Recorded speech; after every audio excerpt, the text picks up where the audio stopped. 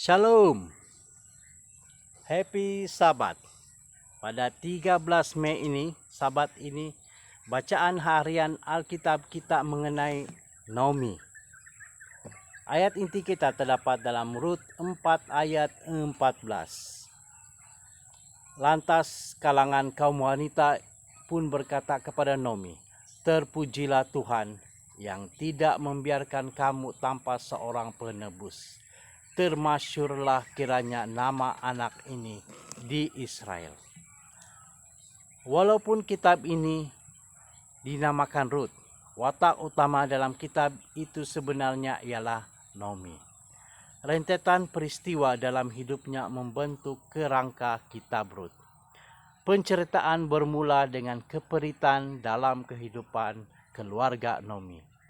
3 lelaki dalam hidupnya mati dan dia ditinggalkan sendirian tanpa sokongan selain daripada 2 menantu perempuannya.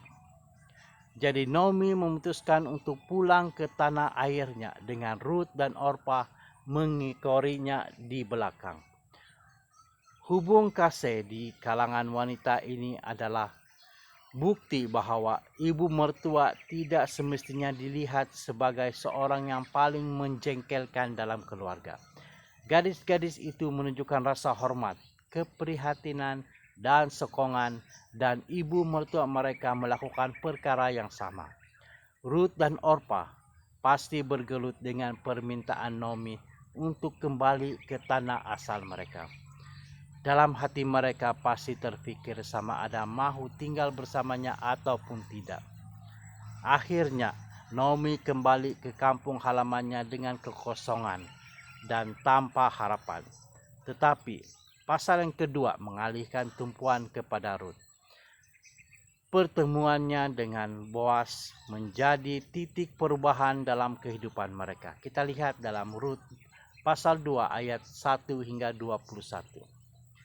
Sejak saat itu, kehidupan Naomi mula menuju ke pengakhiran yang bahagia. Melalui kebaikan hati Rut, kita perhatikan bahwa tidak ada keajaiban dalam kisah ini. Tuhan nampaknya bekerja di belakang tabir. Kemudiannya, 2 daripada saudara mara Naomi berbincang tentang masa depannya. Kita boleh baca dalam Rut pasal 4 ayat 1 hingga 12. Saudara terdekatnya menolak pilihan untuk menebus harta Naomi. Jadi Boas mengambil hak untuk melakukannya. Dia mengawini Rut dan menebus mereka daripada kemiskinan. Kisah Naomi yang bermula dengan tragedi berakhir dengan pemulihan dan kebahagiaan. Pengalaman sukar Naomi yang akhirnya dikembalikan semula mengingatkan kita tentang janji pencipta kita untuk menjaga kita dengan baik. Dia bersedia mengubah kutukan menjadi berkat.